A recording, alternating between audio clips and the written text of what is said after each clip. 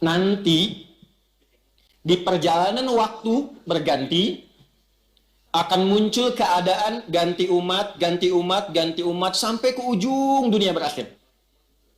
Sebelum menuju itu, kata Nabi, ada satu keadaan, kondisi yang ditandai di masa itu dengan satu, tadharal fitanu, banyaknya fitnah tersebar, wa yakthurul kadhibu, banyaknya manipulasi sehingga sulit dibedakan mana yang benar, mana yang salah. Wa tataqarabul aswaqu, terjadi percepatan digital sehingga tandanya pasar mudah diakses. Ibu dulu kalau ke pasar naik angkot kan, naik ojek manual, beli pulang ke rumah ya. Sekarang diklik barangnya datang ya. Wa yataqarabu zamanu, nanti waktu terasa cepat. Setahun seperti sebulan, sebulan seperti sepekan, sepekan seperti sehari, sehari seperti sekilatan. Kayaknya baru kemarin ketemu, padahal sudah setahun. Ya, terjadi sekarang. Wa yuqdadul ilmu, pakar-pakar, ulama-ulama mulai meninggal satu-satu, dan yang muncul tiba-tiba orang-orang yang tidak jelas, tapi bisa jadi pengajar agama, jadi ustadz, bisa memberikan fatwa, dan sebagainya. Sekarang pertanyaannya, ketika masalahnya makin banyak, pertentangannya makin rumit, kadang sulit dibedakan mana yang asli, mana yang palsu, bagaimana cara kita selamat melewati masa itu, sehingga apapun tugas yang kita jalani dalam kehidupan. Baik, para ibu sekalian dan teman-teman dimanapun berada, situasi yang kita alami dalam berkehidupan saat ini adalah situasi yang tidak sama dengan keadaan dan kondisi kehidupan di masa Nabi SAW. Dulu di zaman Nabi belum ada dan tidak ada media sosial. Sekarang ada. Zaman Nabi nggak ada sepeda, sekarang ada. Apalagi kereta, apalagi pesawat. Tapi ibu tidak boleh lupakan, karena Nabi ini adalah sosok istimewa utusan Allah, yang tugas pokoknya menyampaikan panduan berkehidupan pada umat terakhir yang menjalani hidup di muka bumi sampai kehidupan ini selesai. Jadi Nabi disebut oleh Allah sebagai Nabi penutup, Nabi akhir zaman, Nabi paling istimewa. Kita yang ikut Nabi juga masuk status umatnya sebagai umat akhir zaman. Karena nabinya akhir zaman, umatnya pun umat akhir.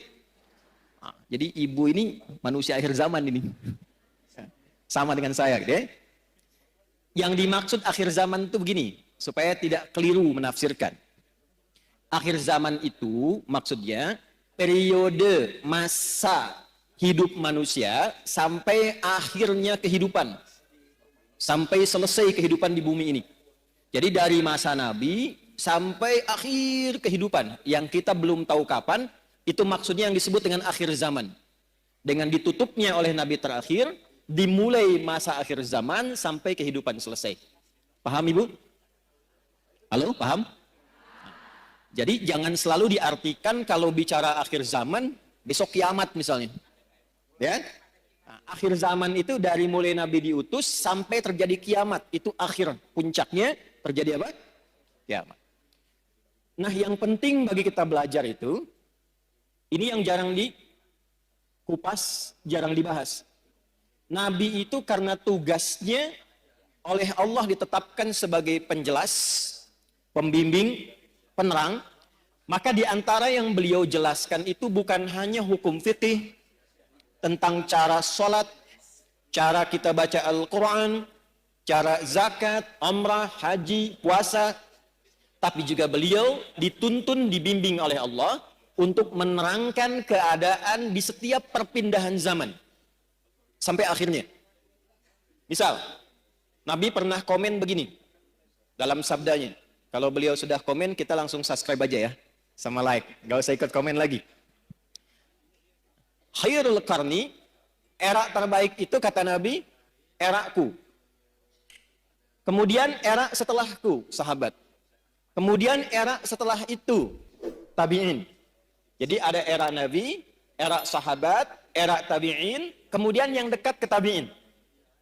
Semakin berganti eranya, akan semakin banyak masalahnya. Ada satu kalimat Nabi, nanti yang akan jadi ukuran kira-kira kita itu hidup di era yang bagaimana situasinya. Nanti kalau sudah paham, oh saya hidup ini di era yang seperti ini. Bagaimana cara menjalani kehidupan di era itu supaya selamat hidupnya di dunia dan selamat juga saat kita kembali ke akhirat kelak. Nah sekarang saya bacakan dulu satu hadis. Nanti menurut ibu kira-kira kita sudah berada di era itu atau belum? Karena di zaman Nabi itu belum terjadi. Ya, paham? Nah, kalau sudah paham, mari kita tutup kajian kita. Tenang ya Bu ya. Yuk kita bacakan hadisnya pelan-pelan. Qala Rasulullah sallallahu alaihi wasallam. Untuk menyingkat saya langsung sanadnya kepada Rasulullah sallallahu alaihi wasallam. Yushiku alla taquma as-sa'atu hatta tadhhara al-fitanu wa yakthura al-kadhibu wa yuqbada al-ilmu wa tataqarabu al-aswaqu wa yakthura al-kadhibu. Paham? Tidak. Nanti di perjalanan waktu berganti akan muncul keadaan ganti umat, ganti umat, ganti umat sampai ke ujung dunia berakhir. Sebelum menuju itu, kata Nabi, ada satu keadaan, kondisi yang ditandai di masa itu dengan satu, tadharal fitanu, banyaknya fitnah tersebar. Wa yaktural kadhibu, banyaknya manipulasi. Sehingga sulit dibedakan mana yang benar, mana yang salah. Sedikit-dikit ada masalah. Pertentangannya makin banyak. Wa tataqarabul aswaqu, terjadi percepatan digital sehingga tandanya pasar mudah diakses. Ibu dulu kalau ke pasar naik angkot kan, naik ojek, manual, beli, pulang ke rumah ya. Sekarang diklik barangnya datang ya. Baik. Wa yataqarabuz zamanu, nanti waktu terasa cepat. Setahun seperti sebulan. Sebulan seperti sepekan. Sepekan seperti sehari. Sehari seperti sekilatan. Kayaknya baru kemarin ketemu, padahal sudah setahun. Ya, terjadi sekarang. Wa yuqbadul ilmu, pakar-pakar, ulama-ulama mulai meninggal satu-satu, dan yang muncul tiba-tiba orang-orang yang tidak jelas, tapi bisa jadi pengajar agama, jadi ustadz, bisa memberikan fatwa, dan sebagainya. Saya tanya pada ibu, kira-kira dari 5 hal ini sudah terjadi belum sekarang? Percepatan digital sudah ada media sosial sekarang. Kalau ibu dulu curhatnya sambil masak, sekarang mau masak sudah bikin status. Teman-teman kira-kira menu apa ya yang cocok untuk hari ini? Nah, ya? Nah ternyata ketika era itu muncul, masalahnya makin banyak. Jadi penipuannya sekarang bukan hanya offline, bisa jadi online. Saya itu seumur hidup belum pernah mengisi kajian tentang garam, Bu. Tapi tiba-tiba saya lihat video ada tentang garam ruqyah. Videonya adalah saya, suaranya seperti saya, ya, dan video yang diambil itu video yang menerangkan tentang bersih-bersih, mandi besar. Kemudian dicuplik videonya, diganti frekuensi suaranya menjadi dagang garam ruqyah. Anda bayangkan? Pernah lihat? Berarti sudah terjadi belum eranya? Sekarang pertanyaannya, ketika masalahnya makin banyak, pertentangannya makin rumit, kadang sulit dibedakan mana yang asli, mana yang palsu, bagaimana cara kita selamat melewati masa itu, sehingga apapun tugas yang kita jalani dalam kehidupan, ibu sebagai, istri, sebagai ibu rumah tangga, mungkin juga berkarir dan sebagainya, bagaimana menjalani pekerjaan dengan selamat dan kembali kepada Allah dengan bahagia dan mendapatkan rahmat Allah Subhanahu wa taala. Jangan dulu amin, kita bahas dulu ya. Saya nggak akan tanya ibu kelihatan apa enggak ya. Kelihatan? Belum. Emang belum saya tulis, bisa kelihatan. Ya, satu, kita kasih dalilnya dulu ya, supaya nanti ada landasan di Al-Qurannya bagaimana, di hadisnya seperti apa. Judulnya, Panduan Selamat Dunia Akhirat, berdasarkan petunjuk Al-Quran dan Sunnah Nabi SAW. Satu, Al-Quran, surah ketiga Ali Imran, ayat 102. Saya kotakti, mohon maaf. Ini nanti di antara ayat yang tiap pekan oleh Nabi disampaikan dalam kesempatan khutbah Jumat. Para suami, para ayah, lelaki itu dikumpulkan di masjid untuk membawa isi ayat ini supaya pesannya disampaikan ke rumah. Jadi penting saya sampaikan pada para laki-laki yang Jumatan, ini bukan kalimat formal untuk membuka hanya sekedar khutbah, bukan. Tapi pesannya bawa ke rumah, jaga istrinya, jaga anaknya, jaga keluarganya dengan isi ayat ini. Dua, kita lanjutkan ke hadisnya. Turunan dari ini ditemukan di hadis riwayat Muslim. Imam Muslim nomor hadis yang ke-8. Periwayatnya sahabat Umar bin Khattab radhiyallahu taala anhu. Dah? Ini punya cabang 5. 1, 2, 3, 4, 5. Cabang yang pertama, dalil Qur'annya surah ke-47 ayat 19. Turunannya surah paling favorit di muka bumi, Quran surah ke-112 Al-Ikhlas. Hadisnya, karena ini kajian ibu-ibu, kita ambil ibunda kita, Sayyidah Aisyah. Hadis riwayat Sayyidah Aisyah radhiyallahu taala anha, didokumentasikan oleh Imam Al-Bukhari dalam kitab sahihnya nomor hadis 7375. Riwayat yang kedua dari sahabat Abu Sa'id Al-Khudri.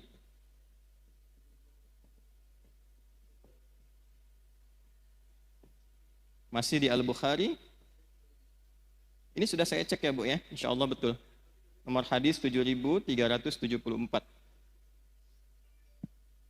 Sudah? Ini kisi-kisinya, ada yang bawa mobil tadi, Kijang Toyota Sport yang lama, yang biru dongker, platnya 1427 MC. Nah itu ada tulisan di atasnya itu nanti surat yang terkait dengan ini. Di depan ada mobil parkir tadi saya lewat. Nomor platnya 1427 MC itu di belakang. 2, ini turunannya, Quran, surah kedua, di ayat 45 sampai 46, tulis Quran, surah ke-29, ayat ke-45, hadisnya kita ambil yang sahih juga, hadis riwayat Al-Bukhari, juga hadis riwayat Muslim, yang meriwayatkan sahabat Abu Hurairah. Karena Al-Bukhari sudah, kita masukkan yang Muslimnya supaya lengkap. Nomor hadis 393 sampai 397. Kemudian yang tokoh yang mengalaminya namanya Khalad bin Rafi' Az-Zuraiqi. Nah, sampai ke tokohnya kita cari supaya maksimal. Ya, kita mulai ya. Setiap pekan, dalam kesempatan Jumat, Nabi senantiasa membuka khutbahnya dengan satu ayat Al-Quran, satu ayat saja, tapi memberikan pedoman keselamatan yang pokok. Gampangnya gini, kalau ibu ingin selamat di dunia ini, aktivitasnya apapun, mau ibu pebisnis, pedagang, di rumah, jadi perawat, apapun itu. Suami kerjanya apapun, ingin selamat kehidupannya di dunia, sampai dijamin selamat pulang ke akhirat, maka pokoknya ada di ayat ini. Jaga ayat ini, amalkan isinya, pekerjaan apapun insya Allah selamat. Ayatnya ada di Quran surah ketiga Ali Imran di ayat 102 yang tadi saya baca di awal pembukaan kajian. A'udzubillahi minasyaitonirrajim. Ya ayyuhalladzina amanu ittaqullaha haqqa tuqatih wa la tamutunna illa wa antum muslimun. Yuk kita bedah pelan-pelan ya. Kita bagi 3 ayatnya. 1, ya ayyuhalladzina amanu. 2, ittaqullaha haqqa tuqatih. 3, wala tamutunna illa wa antum muslimun. Ini mohon maaf saya tulis dengan khot saka ya. Kan khot itu ada khot nasakh, thuluth, ada ruk'ah, ada farisi. Nah ini jenisnya khot saka. Khot paling kontemporer. Saka itu singkatan, saka hoyong. Supaya cepat. Ya ayyuhalladzina amanu. Mau dibahas singkat atau dibahas detil? Oke. Ya, disebutkan 361 kali dalam Al-Quran. Fungsinya untuk memanggil, harfun nida. Nah, huruf memanggil itu di bahasa Arab ada 14. Ada a, ada ya, ada aya, ada wa, dan seterusnya. Tapi di Al-Quran yang disebutkan ibu, penting ini catat, itu hanya 1 dari 14 ini. Ini qadarallah kajian kami yang terakhir di disertasinya membahas tentang kajian gramatikal Quran 30 juz dari Al-Fatihah sampai An-Nas. Nah, iya ini satu-satunya huruf panggilan yang disebutkan dalam Al-Quran, ternyata rahasianya yaitu memiliki fungsi, memiliki dan mewakili seluruh fungsi huruf-huruf nida yang lain. Misal, huruf nida itu huruf panggilan, Bu. Ya, ibu nida, ibu panggilan. Dipanggil suami, panggil anaknya dan sebagainya. Ya, memanggil yang dekat. Ya, memanggil yang menengah. Ya, memanggil yang jauh. Ya, bisa untuk minta tolong. Ibu sedang tawaf, tiba-tiba misalnya ada kondisi tertentu, kejepit, terus minta tolong. Ibu tinggal panggil dengan 1 huruf. Ya, nengok semua tuh.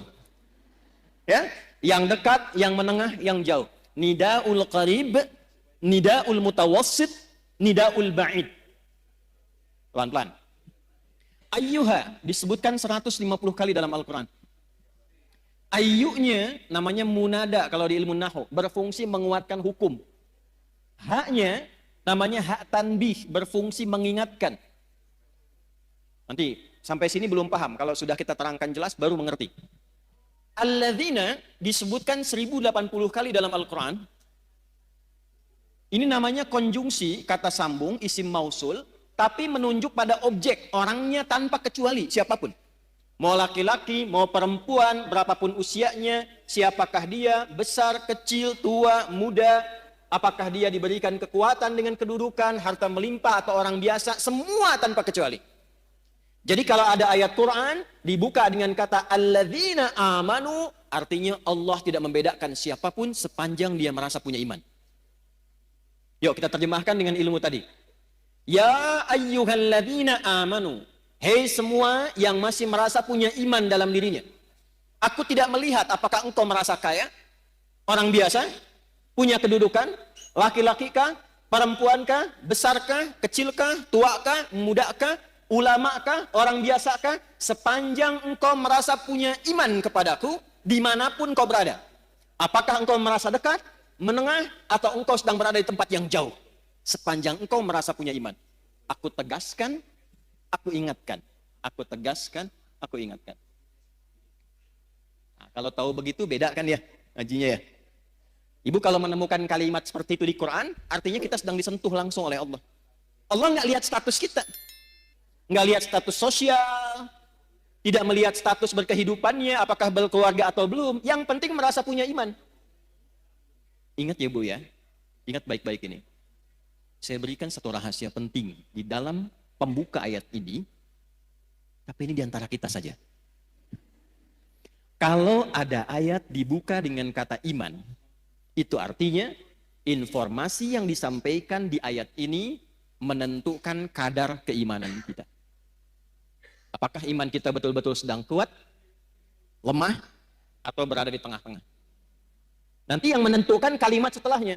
Ya ayyuhalladzina amanu. Karena itu para sahabat, kalau mendengar ayat turun di Quran dengan kalimat iman, ya ayyuhalladzina amanu, mereka akan datang dengan gembira dan mengatakan sami'na wa ata'na. Kami mendengarkan ya Allah ya Rasulullah dan kami akan menaati apapun yang disampaikan oleh Allah untuk membuktikan keimanan kami pada Allah dan Rasul-Nya. Nah, jadi sahabat dulu seperti itu. Ya, di antara ayat paling favorit bagi Nabi itu Al-Baqarah ayat 284 sampai 285. Orang yang hafal 3 ayat ini dan biasa berdoa dengan mengawali dengan 3 ayat ini, sepanjang yang dimintakan baik untuknya dunia akhirat, maka cepat akan dikabulkan oleh Allah. Itu ada di hadis. Ya. Lillahi ma fis samawati wa ma fil ardh. Sampai ayat 286, la yukallifullahu nafsan illa usaha. Sekarang lihat ayat ke-285-nya. Amanar rasulu bima unzila ilaihi mir rabbih wal mu'minun itu ini. Kullun amana billahi wa malaikatihi wa terus baina ahadim wa qalu, nah itu poinnya, ghufranaka rabbana wa ilaikal wa qalu sami'na wa ata'na. Jadi sahabat itu kalau ada ayat turun dengan ya ayyuhalladzina amanu, mereka senang karena masih diaku oleh Allah. Bu, ini saya kasih gambaran Bu ya. Ibu kalau diaku anak oleh orang tua senang tidak? Ibu kalau diaku teman sama orang yang berpengaruh senang tidak? Ibu kalau bilang, presiden bilang begini, itu teman saya tuh, senang tidak? Senang. Kalau ada tokoh yang ibu senangi, terus bilang sama ibu, itu teman saya tuh, senang tidak? Sekarang Allah mengakui keimanan kita, kita dianggap sebagai hamba Allah. Dan dikatakan, ya ayyuhalladzina amanu, hei hamba-hambaku yang yakin punya iman kepadaku. Ibu senang tidak? Masa? Bukti senangnya apa? Dulu sahabat itu kalau ayatnya turun, ya ayyuhalladzina amanu, mereka langsung wajahnya gembira. Karena tahu imannya diaku hamba sama Allah. Terus nunggu, ya Allah perintah apa? Sami'na, kami akan mendengarkan dengan fokus, wa ata'na, setelah kami dengar, kami akan amalkan, kami taati. Jadi bukan sami'na wa nanyaina. Kami dengar, kami klarifikasi dulu gitu ya. Nah, sahabat tidak begitu. Nah, sekarang ini poinnya. Jadi di sini ada ukuran iman, bahasa kerennya parameter iman. Rumus pertama, kita belajar rumus. Kalau ibu ingin mengukur keadaan imannya, ingin tahu nih, sedang kuat, biasa-biasa, atau sedang lemah. Ibu keluarkan semua ayat di Quran yang ada kata iman di awalnya. Lalu lihat setelah itu informasinya. Kalau ibu sudah mengamalkan informasi itu dengan semangat, artinya imannya sedang kuat. Contoh, kalimat iman pertama di Al-Quran ada di Al-Baqarah ayat 3. Alladzina yu'minuna bil ghaib. Kalimat iman pertama. Setelah itu wa yuqimunas. Nah, orang-orang yang imannya itu cenderung bagus kepada Allah, pakai yu'minun, cenderung bagus, naik, bisa dilihat dengan semangatnya menunaikan sholat dengan baik. Maka menunaikan sholat itu ukuran iman. Bila ibu sholatnya semangat, itu tandanya imannya kuat. Tapi kalau sholatnya biasa-biasa saja, imannya standar. Kalau malas-malas, imannya lemah. Misal, di An-Nisa ayat 103. فَإِذَا قَضَيْتُمُ الصَّلَاةَ فَاذْكُرُوا اللَّهَ قِيَامًا وَقُعُودًا وَعَلَى جُنُوبِكُمْ فَإِذَا اطْمَأْنَنْتُمْ فَأَقِيمُوا الصَّلَاةَ إِنَّ الصَّلَاةَ كَانَتْ عَلَى الْمُؤْمِنِينَ كِتَابًا مَوْقُوتًا. Saya baca terjemahannya pakai ilmunya. Secara singkatnya begini, di ujungnya. Orang beriman itu pasti menjaga dan mengetahui waktu sholat. Jadi ada orang yang saking kuatnya iman, bukan hanya nunggu panggilan sholat, Bu. Waktu sholat pun dia hafal. Tuh. Subuh jam berapa tadi? Nggak usah ada kesini. Jam berapa? 4? 4.17, 4.20, 18. Terjadi perbedaan pendapat tentang waktu sholat subuh. Gak apa-apa, ini menunjukkan ibu berada dari daerah yang berbeda-beda. Ya, Kiara Condong, Kiara Condong. Soreang? Soreang ya, Alhamdulillah. Karawang? Ada, Masya Allah. Bekasi? Baik ya, Bekasi memang agak jauh dikit. Nih, kita ambil tengah-tengah subuh 4.18 misal. WIB, waktu Indonesia bagian Bandung. Adzan di istiqamah. Allahu Akbar, Allahu Akbar. Ibu dengar 4.18. Begitu ibu dengar adzan, ibu langsung siap-siap. Ya, dipanggil sholat, langsung siap-siap. Nah, ini menunjukkan imannya ibu itu standar. Nah. Belum kuat. Awas, hati-hati. Suami ibu kerja di kantor jam 7 masuknya. Datang jam 7, standar tidak? Nah, kalau suami ibu datang jam 6, nah itu melebihi standar istimewa. Dipanggil 4.18, ibu sadar dan siap-siap 4.18, standar tidak? Belum kuat. Kalau ibu bangun jam 3, sebelum dipanggil siap-siap, warming up dulu tahajud, istighfar dulu, supaya frekuensinya ibadah kepada Allah nyambung, sholatnya khusyuk, baru imannya kuat. Tapi kalau dipanggil 4.18, baru bangun 8.14, itu iman lemah. Jadi yang ini, yang kuat, ini orang yang merasa dekat dengan Allah. Saking dekatnya dia siap-siap sebelum dipanggil. Yang ini yang standar, yang menengah, kapan dipanggil, datang. Yang ini udah dipanggil-panggil masih ngitung, dah komat belum? Duhurnya masih lama. Ini. Sehingga merasa agak jauh jaraknya. Ya ayyuhalladzina amanu. Ya-nya berfungsi. Hei, baik engkau yang merasa dekat denganku, yang biasa-biasa, ataupun yang merasa jauh dariku, sepanjang engkau masih merasa punya iman. Aku tetap mengakui engkau sebagai seorang hamba, amalkan amalan ini, kalau diamalkan yang imannya lemah bisa kuat, yang biasa-biasa bisa semakin dekat dengan Allah, dan yang sudah dekat akan menjadi kualitas iman yang istimewa. Jelas sampai sini? Jadi kalau ibu menemukan kalimat di Quran, ya ayyuhalladzina amanu, setelah itu ada kalimat, ada informasi, amalkan isinya, karena isi ayat itu sejatinya ingin mendidik kita supaya membangun hubungan lebih kuat dengan Allah Subhanahu wa taala. Itu maksudnya. 2. Ini saya kotaki. Ibu tanya, bagaimana cara saya meningkatkan iman ya Allah? Saya ingin naik standar dari yang biasa-biasa, naik ke iman yang lebih kuat. Saya ingin iman saya yang terlihat sekarang lemah, sehingga rapuh, ada masalah juga, sering pesimis, ada tekanan cepat jatuh. Saya ingin menguatkan diri saya supaya lebih dekat denganmu ya Allah. Bagaimana caranya? Maka Al-Quran tidak berhenti dengan hanya menyampaikan informasi, tingkatkan imanmu. Diteruskan dengan panduan, kalau engkau ingin meningkatkan imanmu, ingin membangun kedekatan lebih dengan Allah, maka caranya ittaqullaha haqqa. Ini rumus selamatnya yang ini, Bu. Tingkatkan takwa. Ini rumus selamat dunia akhirat.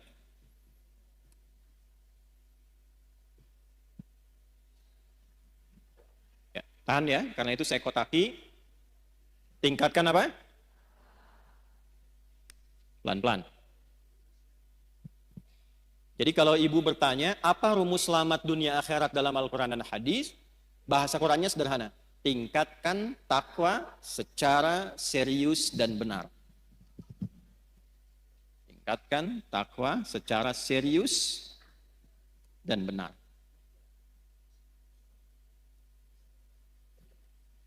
Pelan-pelan. Mohon izin saya turunkan sedikit volumenya. supaya lebih bisa didengar dengan baik. Tadi kalau agak keras tuh agak semangat ya. Bu, saya kasih jalan berpikir dulu. Bahasa kerennya logikanya begini. Yang punya rizki itu siapa?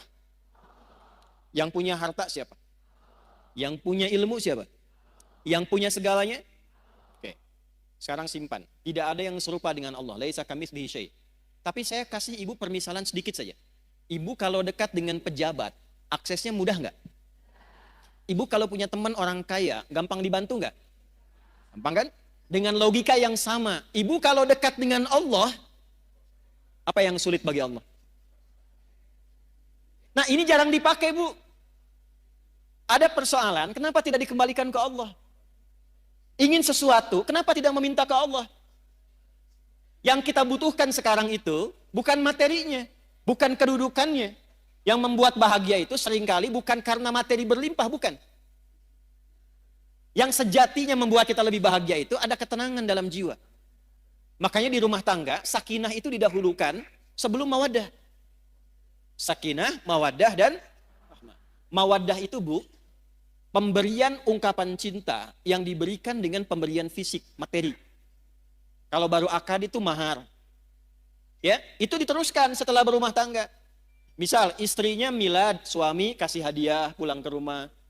Mama, selamatnya milad, semoga berkah. Ya, nggak usah tiup-tiup lilin mah, ini aja aku punya hadiah nih. Gelang 2 kilo misalnya kan. Misal gitu. Nah, suami juga begitu. Misal suami promosi jabatan, dapat. Atau dia merasa bahagia, ibu masakkan kue kesukaannya. Itu mawaddah Bu. Itu mawaddah namanya. Jadi ada rasa cinta yang timbul karena berbagi hal materi, itu mawaddah. Tapi pertanyaannya, kenapa sakinah mendahului mawaddah? Karena sebanyak apapun harta dikumpulkan, kalau tidak ada ketenangan di rumah tangga, itu hampa kehidupannya. Saya kan sering tanya ibu kan, ini terakhir saya mau tanya lagi nih. Ibu pilih mana? Kaya tapi gelisah atau miskin tapi tenang? Tidak ada pilihan ketiga. Dua aja. Dua aja. Saya tahu, saya belum bilang pun lihat wajah ibu sudah paham saya, pasti cari yang ketiga. Kaya tapi gelisah atau miskin tapi tenang? Angker kaya. Ya. Jadi ada rumus dalam psikologi, jika terjebak pada dilema di antara dua cinta, pilih yang ketiga katanya tuh. Dah sini. Nah, yang melahirkan ketenangan, yang membuka akses, itu dalam Al-Quran kuncinya sederhana, takwa. Contoh, buka Quran surah ke-65 misalnya, surah tentang rumah tangga. Di akhir ayat kedua, di awal ayat ketiga. Wa may yattaqillaha yaj'al lahu wa yarzuqhu min haitsu la. Siapapun yang ingin meningkatkan takwanya kepada Allah, pakai man. Man itu sifatnya individu, per orang. Jadi Allah nawarin gini Bu, bukan ke banyak-banyak semua, tidak. Ke setiap orang. Jadi ibu kalau baca ayat itu, rasakan ayatnya untuk kita. Saya kalau baca ayat itu, saya posisikan begini. Hei Adi Hidayat. Bawa secara personal, ke pribadinya. Wa may yattaqillaha, dan siapapun, hei fulan, hei fulana, yang mau meningkatkan takwanya kepada Allah, yaj'al lahu, sesulit apapun persoalan yang dia alami, aku berikan solusi dan jalan keluarnya. Jadi ada orang Bu, ada orang yang dalam hidupnya seakan tidak pernah punya masalah. Bukan gak ada masalah, tapi karena saking tinggi takwanya, saat dia akan menghadapi masalahnya, diringankan oleh Allah karena sudah diberi jalan keluar sebelum dia menghadapinya. Ibu kenal Siti Maryam? Bagus. Ada yang kenal sana tuh. Kalau kenal langsung saya tutup kajian kita hari ini. Loh. Sayyidah Maryam itu siapa? Nah ini masalahnya. Ibu punya ayat tentang perempuan, An-Nisa. Ada tokohnya Maryam. Cuman jarang dibaca. Ibu keluarkan isinya, lihat sejarahnya. Maryam itu ketika akan terlahir, itu ibunya berharap lahirnya laki-laki. Karena ada berita dalam kitab suci sebelumnya, di masa ibunda itu tinggal, namanya Hannah, suaminya Imran. Ada tanda-tanda akan lahir dari rahim seorang perempuan terbaik di masa itu, seorang nabi dan rasul. Semua sepakat Hannah itu orang terbaik, perempuan paling solihah di masanya, suaminya soleh. Kemudian ketika mengandung, berharapnya laki-laki. Imrannya meninggal sebelum lahir anaknya. Begitu lahir, lahirnya perempuan. Ibu pengen laki-laki, keluar tiba-tiba perempuan. Nah, anak ini unik, Bu. Nanti kalau dalam kajian lain fikih rumah tangga, kita akan bahas salah satunya hikmah tentang anak. Kenapa kok bisa pengen laki-laki keluar perempuan? Pengen perempuan lahir, pengen cepat tiba-tiba lambat. Pengen ditunda tiba-tiba lahir lagi. Enggak, itu ada hikmahnya. Tapi saya mau langsung masuk ke Maryam. Begitu lahir perempuan, beliau langsung berkata begini, ya Allah, perempuan. Quran surat 3 ayat 36. Takwanya ayat 37-nya. Falamma wada'atha qalat rabbi inni wada'tuha untha. Ketika dilahirkan ternyata yang lahir itu perempuan. Hannah berkata begini, ya Allah, perempuan. Saya pengennya laki-laki. Apa jawab Allah? Wallahu a'lamu bima wada'at wa laysa dzakaru kal untha. Allah lebih mengetahui hikmah, rahasia di balik kelahiran setiap anak. Kamu jangan simpulkan perempuan seperti pikiranmu. Perempuan pun punya keistimewaan yang tidak dimiliki laki-laki. Coba ibu sepanjang berkehidupan, pernah menemukan nggak keistimewaan yang dimaksud di ayat ini apa? Ibu tuh istimewa, Bu. Nanti Pak, pas pengajian bapak-bapak saya bahas yang laki-laki, Pak. Tenang. Nggak, saya katakan gini, ini ayat turun saat perempuan tuh direndahkan, Bu. Ya, direndahkan, dianggap bahkan tidak sempurna. Ada ibadah di satu keyakinan, kalau isinya masih perempuan belum bisa berlangsung. Ada disamakan dengan sosok yang sangat tidak baik dan sebagainya. Jadi saat perempuan direndahkan, Islam datang dengan ajaran mengangkat derajat perempuan dan mengatakan perempuan punya keistimewaan yang tidak dimiliki laki-laki. Lalu wa inni sammaituha Maryam, diberi namalah anak perempuan itu dengan nama apa? Maryam. Yang mau saya katakan bukan Maryamnya. Yang mau saya katakan, hal pertama yang dilakukan oleh ibunda Maryam, Hannah, itu melatih Maryam supaya membangun kedekatan lebih dengan Allah. Jadi yang diajarkan pertama kali, Bu, ya, yang disiapkan itu bukan bagaimana nanti bajunya, bagaimana popoknya, bagaimana seluruh fasilitas dunianya. Ya, kalau didapati kan era sekarang, walau tidak semuanya, kalau mau lahiran kan banyak disiapkan itu perlengkapan lahirannya kan. Pernah nggak terfikir ketika anak ini lahir, yang terfikir pertama bagaimana anak saya ini bisa dekat dengan Allah? Itu dulu. Bagaimana anak saya yang lahir kenal Allah? Sehingga ketika dia dekat, hisab saya ringan di hadapan Allah, saya pulang. Itu poinnya. Berapa di antara ibu muslimah yang ketika mengandung dan melahirkan memiliki cara berpikir seperti ini? Ketika lahir, yang dia pikirkan bagaimana anak saya bisa kenal dengan Allah. Sekarang ibu lihat apa yang terjadi. Ketika anak ini didekatkan dengan Allah bahkan sejak dalam kandungan. Ayat 35-nya itu sudah didekatkan dengan Allah, Bu, dalam kandungannya. Idh qalat imra'atu Imran rabbi inni nadhartu laka ma fi batni muharraran fataqabbal minni. Ketika istrinya Imran memberikan inspirasi kepada perempuan-perempuan di muka bumi, para muslimah. Ketika beliau mengandung, beliau dekatkan anaknya dengan Allah dan mengatakan, ya Allah, saya bernazar ketika dia lahir, anak ini akan saya dekatkan denganmu. Maka di era Nabi dicontohkan dari kandungan. Sudah berdoa, turun Quran surah 7 ayat 189. Dalam kandungan suami istri mulai berdoa, suaminya cari yang halal, istrinya banyak sholat, banyak baca Quran. Jadi ketika lahir itu sudah ada bekal-bekal awal supaya kenal Allah. Maka apa yang terjadi? Begitu anaknya lahir, wa inni sammaituha Maryam, diberi nama sesuai harapannya. Nama itu penting, Bu. Misal ibu pengen punya anak yang ahli Quran. Ibu kasih nama misalnya kalau ahlinya itu sampai paham, Ahmad Faqihul Quran misal. Di situ ada doa.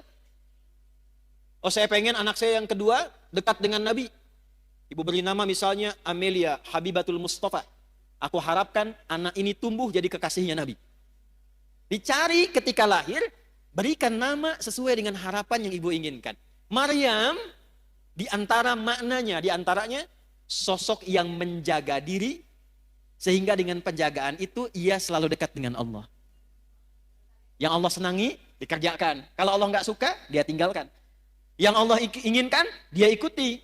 Allah nggak suka, dia jauhi. Itu Maryam namanya. Maka ibu itu menyiapkan fasilitas untuk menempa anaknya supaya dekat dengan Allah. Maka dimintakan kepada pamannya yang seorang nabi namanya Zakaria untuk dibimbing anaknya, dibuatkan tempat namanya mihrab. Di tempat itulah dididik anak itu supaya meningkatkan takwa kepada Allah. Ibu lihat apa yang terjadi. Sebelum anak itu membutuhkannya, Allah sudah kirimkan seluruh kebutuhannya. Fataqabbalaha rabbuha biqabulin hasani wa ambataha nabatan hasana. Perhatikan, ini poinnya. Kalau ada seorang ibu, ayah, suami istri, dia menyiapkan anaknya supaya dekat dengan Allah sejak dini, maka Allah yang akan merawatnya sampai dia tumbuh berkembang. Merawat itu maksudnya memperhatikan dia, menjaga dia, mengalirkan kebutuhan dengan baik. Wa kafalaha Zakaria, tapi tetap mesti ada ikhtiar. Jangan ibu biarkan dari awal, ya Allah, saya sudah bacain dia Yasin, Al-Kahfi, Baqarahan, Anisaan, sekarang terserah engkau ya Allah. Nggak bisa begitu. Cari sekolah yang baik, cari orang baik untuk ngajar, ustadzah, ustadznya cari. Nanti dengan ikhtiar itu turunlah rizki dari Allah. Wa kafalaha Zakaria, perhatikan. Kullama dakhala 'alaiha Zakaria al-mihraba wajada 'indaha rizqa. Setiap Nabi Zakaria ingin memberikan kebutuhan Maryam, mau ngantarkan makanan, ngantarkan bebuahan, ngantarkan pakaian, sudah ada di mihrabnya Maryam, Bu. Mau ngantar buah, buahnya sudah ada. Kalau musim anggur ada anggur, wajar.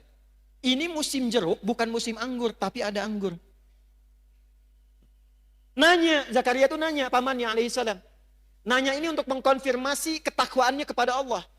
Tahu, ini anugerah Allah tahu, tapi untuk menguji, saya ngajar dia berhasil enggak? Dia kenal Allah tidak? Maka ditanya oleh pamannya, ya Maryamu anna laki hadha. Maryam dari mana semua ini? Perhatikan jawabannya. Anak yang dikenalkan dengan Allah sejak dini, maka yang keluar di lisannya kalimat-kalimat yang menyucikan Allah. Subhanallah, Alhamdulillah, Allahu Akbar. Maka apa yang keluar di lisan Maryam?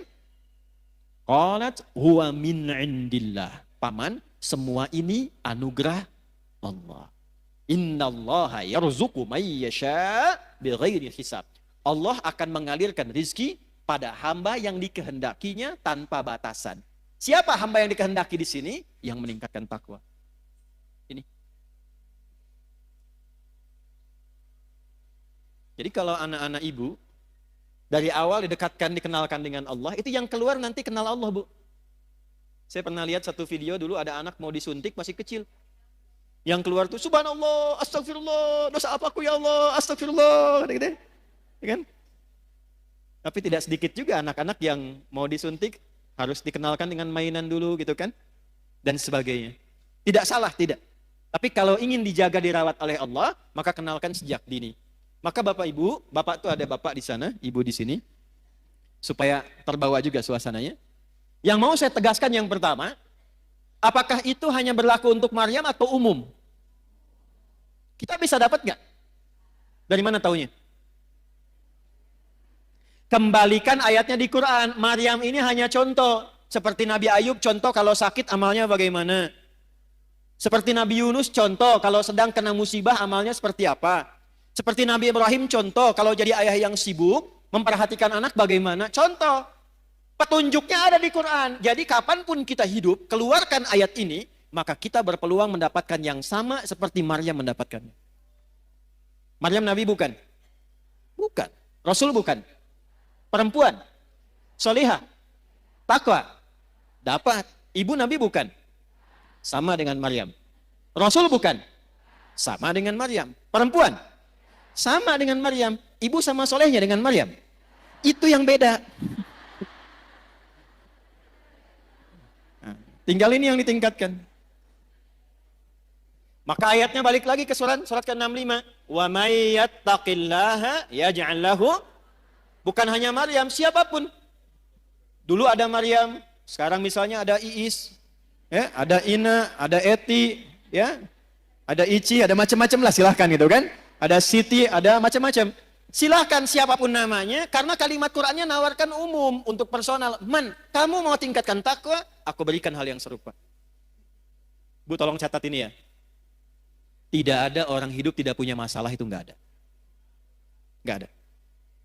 Saya ulangi ya. Tidak ada orang hidup yang tidak punya masalah. Masalah itu Allah kirimkan, bukan ingin membuat kehidupan kita bermasalah, bukan. Tapi ingin meningkatkan kualitas kehidupan kita agar lebih baik dari sebelumnya. Karena kalau tidak diuji, Bu, kemampuan kita tidak keluar. Anak-anak ibu yang sekolah itu, ada ujian nggak? Kalau nggak ada ujian, itu ibu nggak akan tahu anak ibu tuh benar nggak belajarnya. Ilmunya dapat nggak? Untuk menguji bahwa dia sudah dapat ilmu, punya kemampuan baru, mesti ada ujian. Nanti kalau sudah pintar, naik kelas dia, menghadapi masalah yang baru. Dengan logika yang sama, hidup juga begitu. Kalau datang masalah, berbahagialah. Karena ketika Allah kirimkan masalah itu, bukan ingin membuat kita bermasalah, bukan. Tapi supaya kemampuan kita bertambah, dan memudahkan kita mengatasi berbagai macam persoalan kehidupan berikutnya. Cuma kalau ibu ingin cepat mengatasi masalah itu, dibuat gampang oleh Allah. Caranya tingkatkan takwa. Sehingga setiap masalah yang datang, sebelum datang diringankan dulu oleh Allah. Seakan-akan gak ada masalah. Ustadz juga sama, Bu, punya masalah. Serius. Bahkan masalahnya kadang itu lebih banyak dari ibu. Itu masalah ibu ditanyakan juga ke saya. Nanti ada pertanyaan tuh. Di poinnya ini. Siapa yang mau bahagia angkat tangan? Sudah cukup turun. Ya. Ternyata rumus bahagia bukan harta, bukan kedudukan. Itu banyak public figure, kaya-kaya, menikah, sebulan, 2 bulan, masalah.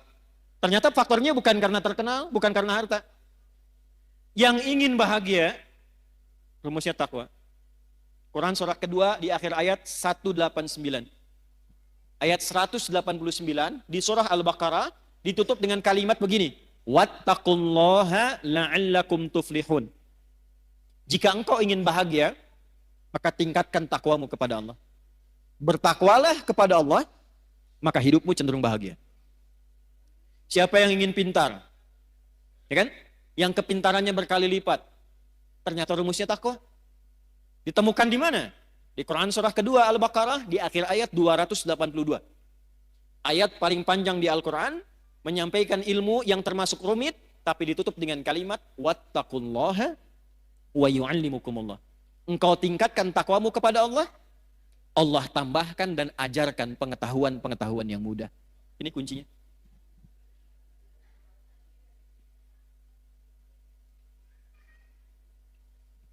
Nah, jadi kalau ingin selamat, ingin nyaman hidup di dunia, sampai nyaman kembali ke akhirat, nyaman, enak, tenang, baik, tuh bahasa Arabnya hasanah. Ibu hasanah, ibu yang nyaman, tenang, baik. Ya. Nah, jadi kalau cerewet tinggal bilang, ibu hasanah loh. Gitu. Cerewet pada yang baik boleh. Ya. Rabbana atina fid dunya, wa fil akhirati, waqina, itu rumusnya. Takwa. Jelas sampai sini? Sekarang pertanyaannya begini, kalau saya ingin meningkatkan takwa, caranya bagaimana? Kan tadi ingin selamat, meningkatkan iman, caranya dengan apa? Ingin meningkatkan takwa, caranya bagaimana? Maka Al-Quran langsung memberikan petunjuk, udah gak usah banyak-banyak, gak usah pusing-pusing, fokus pada yang 5 ini saja. Ada berapa caranya? Yang 5 ini, ibu tolong bikin tabel. Tabel tuh bagan begini Bu ya. Ini nih. Bikin kotak. Terus sama ibu di sini kasih nomor Bu. 2, 3, 4, 5. 1, 2, 3, 4, 5. Sudah? Ini tuliskan amalnya. Nomor, amal, ini checklistnya. Buat di apa bahasa soreangnya dicontreng ya. Nah gitulah. Lihat sini. Saya ingin meningkatkan iman, caranya dengan takwa. Dengan takwa hidup saya mudah, dengan takwa hidup saya nyaman, dengan takwa insya Allah terjamin selamat dunia akhirat. Bagaimana cara meningkatkan takwa? Bagian ketiga ini. Wala tamutunna illa wa antum. Wawunya pakai ataf. Dan jagalah takwa ini sepanjang engkau hidup. Jangan sampai engkau wafat kecuali engkau menjaga takwa ini. Bagaimana cara menjaganya ya Allah? Wa antum muslimun. Jagalah 5 pokok yang takwa sebagai seorang muslim. Di terjemahan diartikan kecuali engkau menjadi seorang apa? Muslim. Muslim itu artinya orang yang mengamalkan Islam. Saya ulangi. Muslim itu artinya orang yang mengamalkan apa? Ibu senang bahasa Arab gak? Kenapa pelan suaranya? Kalau enggak, jawab aja. Enggak, gitu. Enggak apa-apa, Bu. Enggak harus pelan-pelan. Ya, jawab, Bu ya. Jawab. Kecuali kalau akad nikah diam bisa. Ya, kalau ibu dilamar, anak ibu misalnya ya, dilamar, diam. Itu harus pastikan, Bu. Diam itu tanda setuju. Kalau tidak setuju, jawab.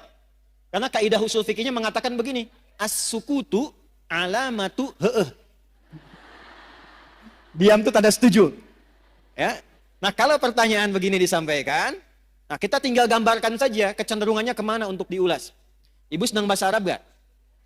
Gini, kalau ada 4 huruf, misal Islam, maka kalau kita mau bentuk jadi orang, tinggal tambah mu depannya sebelum akhirnya i. Islam orangnya muslim, iman orangnya mukmin, ikhlas orangnya mukhlis, ihsan orangnya rumusnya MUI, MUI, Islam, MUI, Muslim, iman, mukmin, ihsan, baik, ikhlas. Jelas ya? Tapi kalau katanya begini, O atau A tinggal tambah ah di ujungnya. Tak. Misal, laki-laki mau jadiin perempuan, tinggal tambahkan tak ah di ujungnya. Muslim perempuannya, nah, mukmin, soim. Nah. Dah sini. Sudah. Biar nggak ngantuk. Muslimun orang-orang Islam. Muslim itu orang yang mengamalkan Islam. Apa itu Islam? Angkat tangan. Apa itu Islam? Ya ibu, mangga bu. Quran? Berserah diri 100.000. Saya serius. Enggak ya, titip panitia aja ya, kejauhan. Panitia mana panitia, mas? Ibu itu. Bu, nuyut tabu, awas bu, kade bu. Ayo mau tambah, saya naikkan 500.000. Islam itu takwa, baik. Kurang. Ya ibu. Ya. Sholat, zakat, puasa, haji, baru 4. Syahadat, 1 juta ya, 1 juta. Nah. Mas yang itu ya, ibu itu ya. Nanti belakangan ya bu ya. Apa, nggak jadi? Baik. Nah sekarang saya naikkan. Tahu dari mana ibu jawabannya itu? Udah cukup. Ini udah saya tulis nih. Hadis Muslim, nomor hadis yang ke-8, riwayat Umar bin Khattab. Udah tahan sini, lihat sini. Fokus. Ya Allah, saya ingin meningkatkan takwa, caranya bagaimana? Kata Allah, kamu jadi orang Islam yang baik.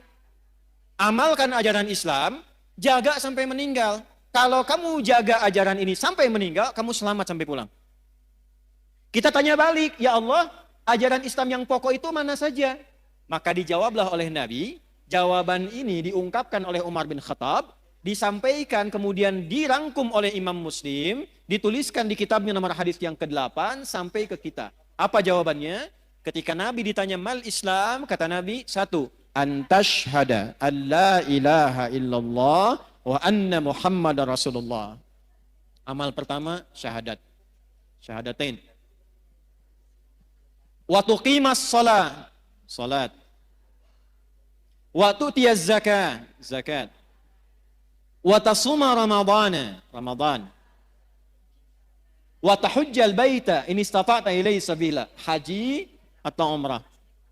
Haji atau di sini maksudnya kalau belum mampu untuk haji bisa menunaikan apa?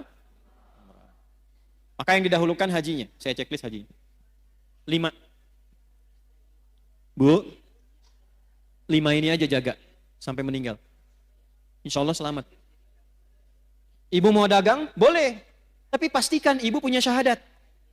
Karena ini kuncinya. Ibu mau sekaya apapun, sehebat apapun, suami punya kedudukan apapun, syahadatnya nggak ada, nggak bisa selamat di akhirat, Bu. Nggak percaya nanti lihat deh. Ya, ini bagian pertama. Saya tanya, ibu kenal Firaun? Ayo bilang kenal. Firaun itu kaya tidak? Punya kedudukan tidak?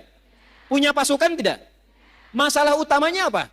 Syahadat ini. Makanya perjuangan terakhirnya yang dia pengen saat mau ditenggelamkan itu, dia pengen syahadat. Saya sekarang beriman sama Tuhannya Musa dan Harun. Kata Jibril, enak aja.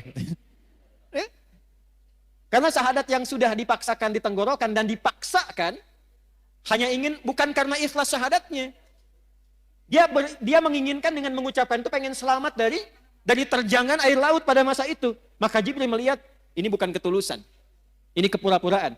Maka malaikat diwahyukan, diperintahkan mengambil bagian dari tanah, ya, atau juga dari bagian tanah laut, ya. Kalau kita bahasa Indonesianya apa ya? Kalau kira condong tuh letak tuh apa bahasanya? Lumpur. Nah, ya, lumpur laut diambil lalu dijejalkan ke mulutnya begini. Masalahnya apa? Yang dia cari syahadatnya. Ini jangan dikira kekuatan, jangan dikira harta benda, jangan dikira kehebatan. Yang tampil di dunia itu bisa membawa keselamatan di akhirat, belum tentu. Ini yang pertama. Jadi sekarang ibu lakukan apa? Yang ibu lakukan, keluarkan semua anggota keluarga, tulis siapa aja di sini. 1, 2, 3, 4, 5. Yang ke atas siapa? Yang ke bawah siapa? Yang ke kanan siapa saja? Ke kiri siapa saja? Ayahnya, ibunya, suami, istri, anaknya, sampai ke bawah. Cek. Yang pertama, yang harus dipastikan, ini ada enggak?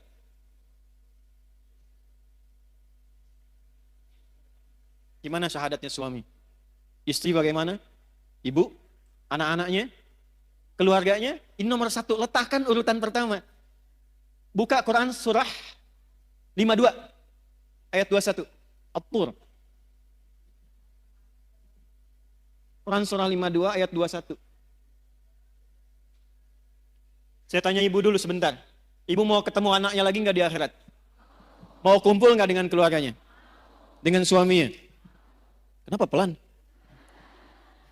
Lihat sini. Ternyata yang pertama ditampilkan Quran itu bukan bekal harta, bukan kedudukan. Jadi kalau ibu punya suami, punya anak, punya kedudukan, punya harta banyak, itu tidak menjamin mengumpulkan kembali di akhirat. Walladzina amanu, iman dulu. Wattaba'athum dzurriyyatuhum biimanin alhaqna bihim dzurriyyatahum. Dan para orang tua yang punya iman diikuti oleh anak cucunya, sekeluarga, kerabatnya semua beriman, kami akan kumpulkan kembali, kata Allah. Aku kumpulkan kembali satu keluarga itu di taman surga semuanya. Wa ma alatnahum min amalihim min syai'. Dan tidak akan aku sia-siakan amal mereka untuk menguatkan iman itu. Jadi kalau ibu ajarkan anak dari kecil supaya kenal Allah, itu ditulis, Bu, diperintahkan malaikat tulis tuh. Kadang-kadang mesti menjewer anak supaya dekat dengan Allah, itu ada bekas. Di hari hisab, di antara tanda yang Allah perintahkan pada malaikat, cari pada diri anak, ada enggak bekas pendidikan orang tua kepada anaknya supaya anak kenal Allah? Tuh.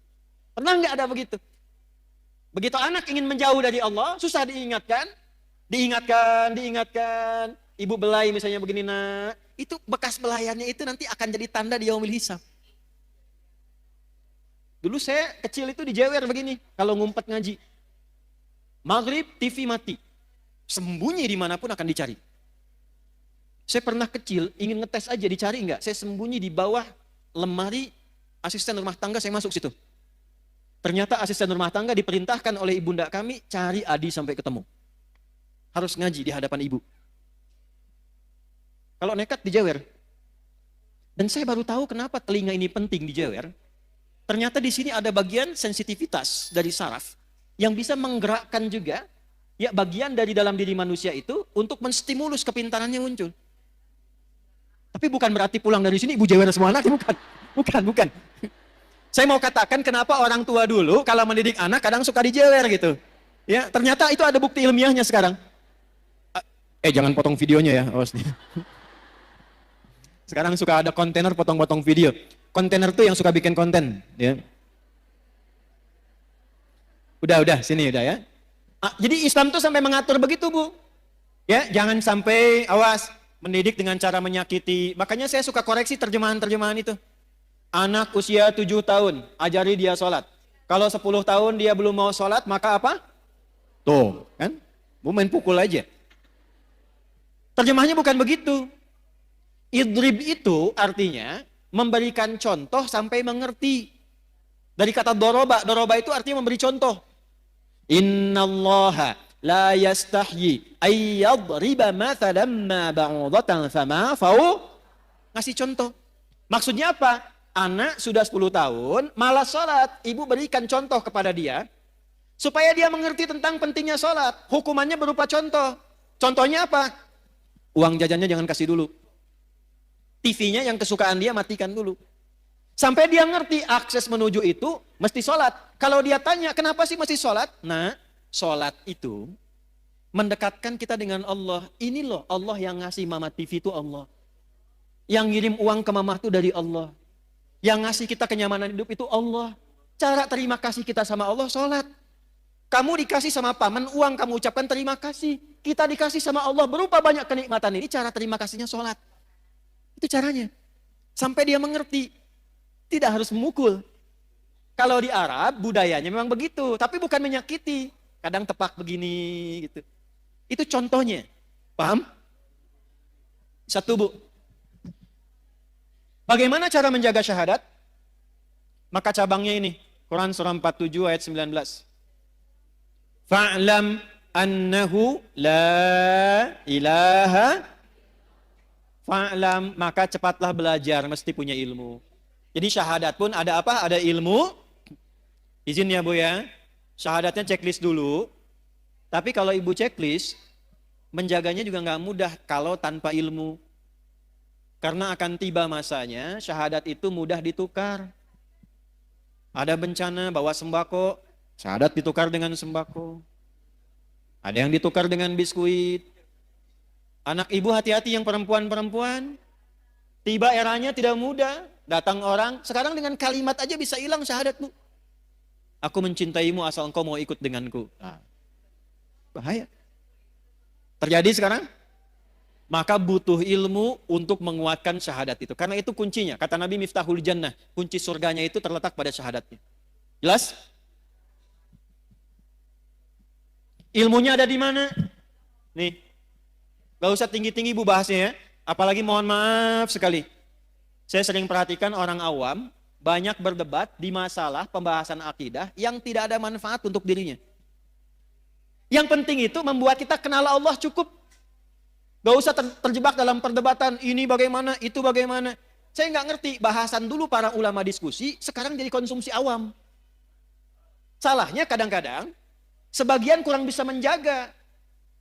Di antara yang ceramah itu membahas pokok-pokok yang harusnya nggak disampaikan kepada awam. Itu kalangan diskusi di kalangan para ulama. Ar-Rahmanu 'alal arsy istawa, yadullahi fawqa aydihim. Ini orang bikin konten berantem sama ini, berdebat dengan yang ini. Padahal yang belum tentu memberikan faidah untuk dirinya. Orang tua kita ngajarkan dari dulu, wallahu a'lamu bimuradih. Bagi orang awam, cukup kenal Allah, cukup paham tentang bagaimana kita menyembah Allah, jaga itu sampai meninggal, selesai. Makanya ketika Nabi mengajarkan menjaga tauhid, pada orang-orang awam, pada sahabat-sahabat beliau yang awam, itu diajarnya simpel Bu. Cuma diajarkan surat Al-Ikhlas. Satu di antara 3 surat Qul yang jadi favorit umat akhir zaman. Qul huwallahu ahad, Qul a'udzu birabbil falaq, Qul a'udzu birabbin. Ini tahu dari mana itu?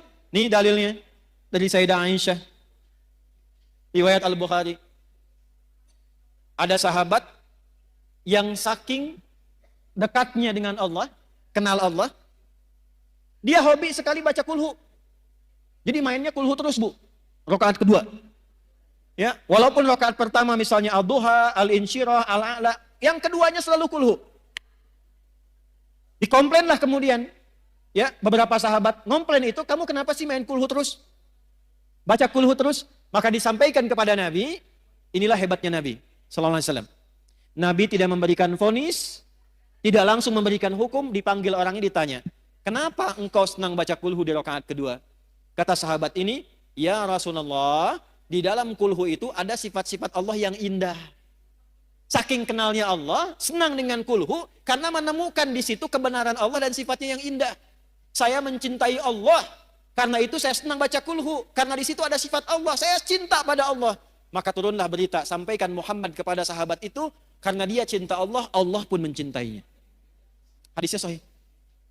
Dan ketika cinta Allah diturunkan, ringan seluruh hidupnya. Ini Bu. Maka latihan, belajar tafsirnya. Qul huwallahu, Allahus, lam yalid walam yakul lahu. Yang disebut Allah itu, kalau jadi Tuhan, standar Tuhan itu nggak boleh sama dengan makhluk. Walam yakul lahu kufuwan, itu gampang sekali. Kalau menetapkan Tuhan, harus beda dengan makhluk, karena ini khalik. Kalau ada satu sifat yang sama, berarti bukan Tuhan. Sepakat? Contoh, manusia melahirkan tidak? Lahirkan. Manusia berpasangan tidak? Manusia punya anak tidak? Manusia itu makhluk atau khalik?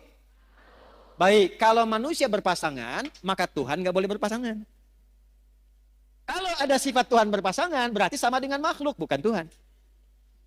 Manusia melahirkan dan dilahirkan, berketurunan, punya keturunan. Tuhan nggak boleh punya keturunan. Tuhan tidak boleh berpasangan. Tuhan tidak boleh melahirkan. Sebab kalau Tuhan punya sifat makhluk, berarti ada potensi makhluk bisa jadi Tuhan. Jelas? Ini simpel banget, logis. Dan kita diajarin itu. Pada akhirnya, walam yakullahu kufuwan. Kalau ibu sudah bertaut kepada Allah dengan kalimat ini, maka Allahus Samad. Apapun masalah kita akan bergantung pada Allah. Ibu baca Al-Ikhlas ini, sampai ibu merasakan dalam hati bahwa ibu punya Allah. Saya punya Allah. Itu kalau kalimat itu sudah belum menancap pada kalbunya. Di hadis Abu Sa'id Al-Khudri, Bu, ada sahabat bilang begini, ngapain sih baca surat itu terus? Diadukan kepada Nabi, apa komentar Nabi? Nabi malah menyanjung, surat Al-Ikhlas ini itu sepertiganya isi kandungan Al-Quran. Jadi kalau ibu ingin dimudahkan hafal Quran, dimudahkan dekat dengan Quran, pahami surat Al-Ikhlas, bacakan itu dengan niat ingin dimudahkan dekat dengan Al-Quran. Ini cara menguatkan syahadat. Boleh dibawa kepada zikir, boleh. Makanya dalam sholat, setelah sholat, itu salah satu yang dibaca itu selain ayat kursi, itu Al-Ikhlas. Sebelum tidur, Al-Ikhlas dibaca dengan Al-Falaq dan An-Nas. Maaf Bu ya, saya bukan ingin mengajarkan, hanya ingin mengingatkan. Cara bacanya, jangan hanya keluar di lisan bunyi, sampai tertanam di kolbu bahwa ibu merasa punya Allah. Qul huwallahu ahad. Sampai ibu merasa bisa nangis, itu luar biasa. Allahus Samad. Ya Allah, aku ikrarkan dengan lisanku bahwa engkaulah satu-satunya dan hanya satu Tuhan yang aku sembah dan ibadahi. Allahus Samad, ya Allah, aku punya masalah dalam kehidupan, tapi aku punya keyakinan ketika aku gantungkan semua persoalan ini solusinya kepadamu, engkau yang akan ringankan seluruh masalahku. Dan ketika ibu menyebut Allahus Samad, rasakan masalah apa yang dimiliki. Dengan anakkah, dengan rumah tanggakah, kehidupan sosialkah. Lalu sandarkan semua kepada Allah. Lam yalid walam, engkaulah Tuhan yang tunggal, yang hak, tidak beranak, tidak diperanakan. Satu-satunya Tuhan, ya Allah. Walam yakul lahu, enggak ada yang pernah serupa denganmu. Kalau sudah aku ikrarkan seperti ini, aku bertuhan kepadamu, aku bergantung kepadamu, belum engkau juga berikan solusi padaku, maka dengan cara apa lagi aku memohon kepadamu? Karena itu ketika Nabi lewat, ada sahabat mengatakan begini, Allahumma ushidu bi annaka antallah as-samad alladzi lam yalid wa lam yulad wa lam yakul lahu kufuwan ahad. Allahumma inni as'aluka an taghfira li. Ya Allah, aku bersaksi hanya Engkau lah Tuhanku satu-satunya, aku sembah, aku tuhankan. Aku gantungkan hidupmu kepadamu. Aku nyatakan Kau satu-satunya Tuhan yang tidak serupa dengan makhluk manapun, tidak beranak, tidak diperanakan. Aku tidak minta apapun, ya Allah. Dengan aku mengesahkanmu, aku hanya minta ampuni dosaku. Aku ingin jadi orang baik. Nabi lewat, lalu Nabi mengatakan begini, Fulan, tahukah engkau apa yang kau baru baca tadi?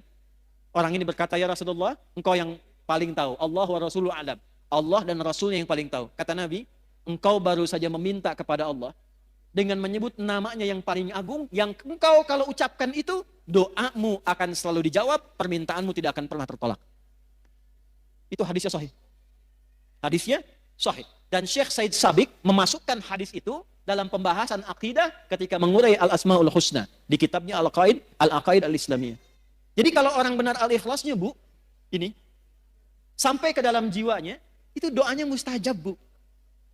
Karena dia merasa punya Allah. Nah, ini yang diminta ini udah nyambung belum sama Allah nih? Kadang lisannya kemana, hatinya kemana. Ibu baca subhanallah.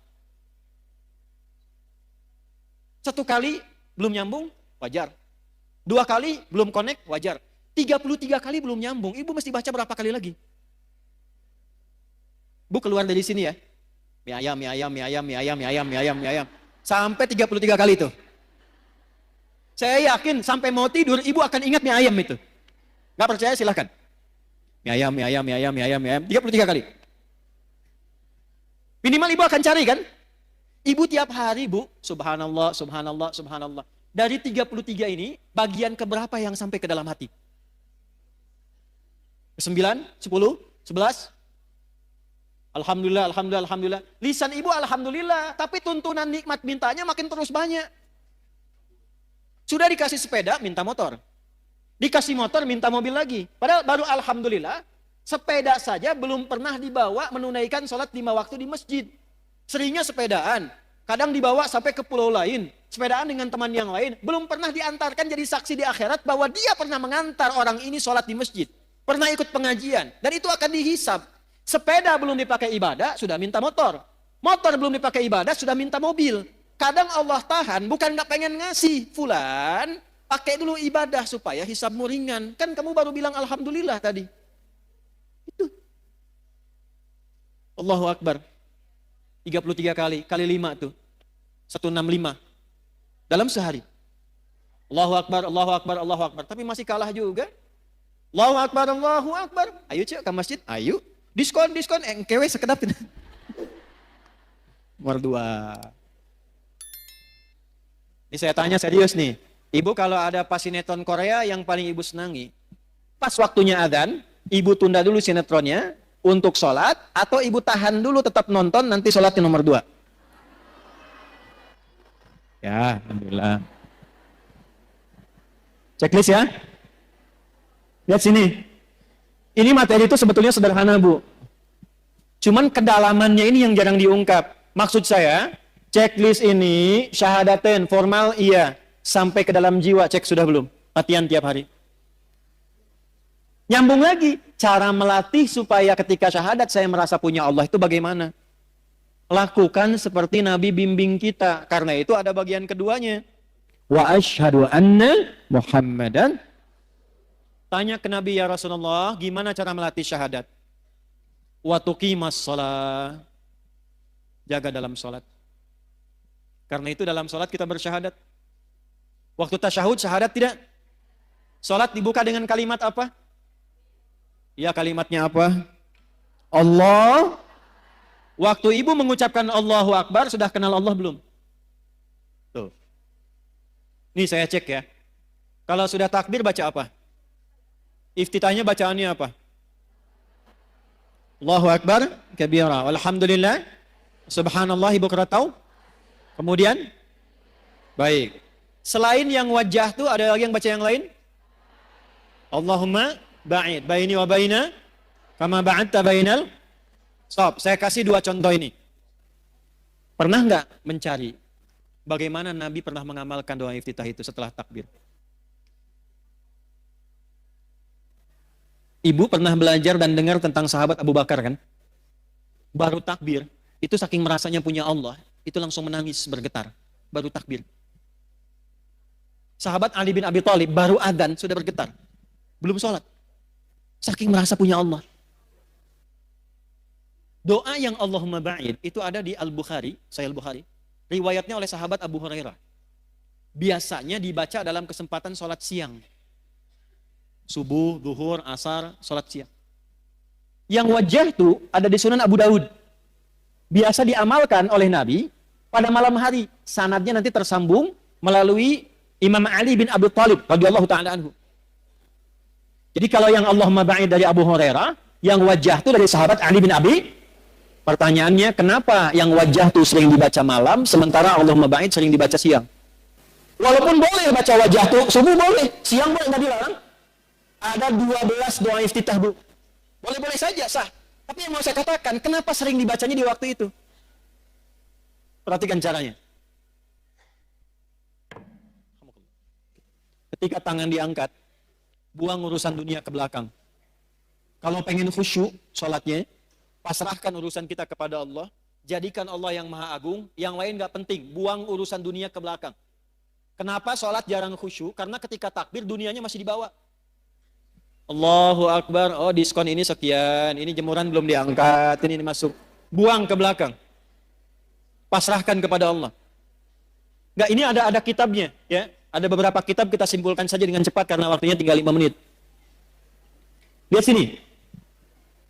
Allahu Akbar, angkat tanganmu sejajar dengan pundakmu di sini, hadwa mankibaihi, atau sejajar daun telinga di sini, hadis An-Nasai. Tapi dua makna ini artinya apa? Angkatlah tanganmu, pasrahkan dirimu kepada Allah. Sekarang sholat dibuka, hanya Allah yang maha agung, yang lain gak penting, semua buang ke belakang. Maka itu di Abu Daud dikatakan fakul, maka katakan Allahu Akbar. Saking pentingnya komitmen itu diucapkan dengan lisan. Di Islam itu, Bu, kalau ada ibadah yang membutuhkan kekuatan supaya hatinya mantap, itu lisannya dipandu berucap. Haji, umrah, itu kenapa sampai lisan mengatakan labaik Allahumma hajjan, labaik Allahumma umrah? Karena ini ibadah penting, hatinya mesti mantap, dibantu oleh lisan, ucapkan. Sama dengan ibu begini, ibu sedang punya masalah, tidak mudah misalnya, itu dipandu oleh Quran, katakan pada hatimu, katakan inna ma'al usri, itu kalau ibu masih goyah, keluarkan di lisan, pasti ada solusinya, pasti selesai, enggak mungkin ada masalah yang enggak ada solusinya, pasti bisa. Gitu. Kita punya ayatnya, Bu, sekarang yang pakai orang Jepang. Dulu saya SD 94-95 itu di TPI itu ada sore-sore sekitar jam 5:30 acara Benteng Takeshi. Reporternya, kalau ada mau menaklukkan Benteng Takeshi dengan tank main-mainan, dia akan selalu motivasi mengatakan begini, kamu bisa. Sekarang itu dipakai di Korea, di anak-anak TK, itu kalau mau masuk, dia mengatakan begini, harus lebih daripada Jepang, kita bisa, harus lebih daripada Jepang. Jadi kalau Jepang bikin ini, mereka bikin ini. Sekarang mereka dengan percaya diri tinggi maju. Kita punya ayatnya. Gak pakai, punya ayat. Balik ke tadi, angkat tangan, rasakan punya Allah. Nah, karena sahabat Abu Bakar ini merasa punya Allah, beliau ini merasa takut kalau sholat pun masih membawa salah. Makanya ketika siang, kenapa siang baca Allahumma ba'id? Saya tanya pada ibu, dibandingkan dengan malam dan siang, mana di antara dua waktu itu yang banyak kita beraktivitas? Siang atau malam? Hukum mengatakan, semakin banyak beraktivitas, semakin besar potensi salahnya. Lisan yang banyak bicara akan banyak berpotensi salah dibandingkan yang banyak diam. Mata yang banyak melihat akan mungkin banyak salah lihat dibandingkan dengan orang yang terpejam. Demikian seterusnya. Maka kenapa dalam siang itu sering dibaca Allahumma ba'id? Karena ibu perhatikan maknanya. Begitu takbir, tangan ditutup begini. Ini ada riwayatnya, Bu. Ada riwayatnya. Kalau saya ulas terlalu panjang, saya langsung ke iftitah saja. Allahumma ba'id baini wa baina khataaya. Ya kecil yang pendek itu penting sekali. Ya kecil yang pendek itu pengakuan. Khataaya jamak dari kata khati'ah, banyak salahnya. Iya-nya pengakuan. Terjemahnya begini. Ya Allah, aku merendahkan diriku di hadapanmu dalam sholat ini. Dan aku mengakui dalam sholat ini pun aku banyak membawa kesalahan dalam hidup. Tapi aku pun meyakini bahwa engkau memiliki rahmat yang tidak terbatas. Ba'id baini wa baina khataaya kama ba'adta bainal masyriqi wal maghrib. Maka aku mohon dengan limpahan rahmatmu, jauhkan aku sejauh-jauhnya dengan kesalahan-kesalahan yang telah aku perbuat, ya Allah, sebentang engkau jauhkan antara timur dengan barat yang tidak pernah bertemu. Maksudnya, aku tidak mau melihat kesalahanku lagi saat dihisab di hari kiamat nanti. Allahumma naqini minal khataaya kama yunaqqa thawbul abyaddu minad danas. Ya Allah, kalau kesalahanku ini seperti noda dalam baju, maka dengan rahmat-Mu, jadikan aku bersih kembali dalam menunaikan sholat ini, seperti noda dibersihkan dari pakaian. Allahumma ghsilni bil ma'i wa thalji wal barad. Ya Allah, sekotor apapun dosa yang aku bawa dari ujung kepala sampai ujung kaki, mohon hilangkan dengan sholat ini, seperti pakaian yang dicuci dengan air yang sangat jernih dan dingin.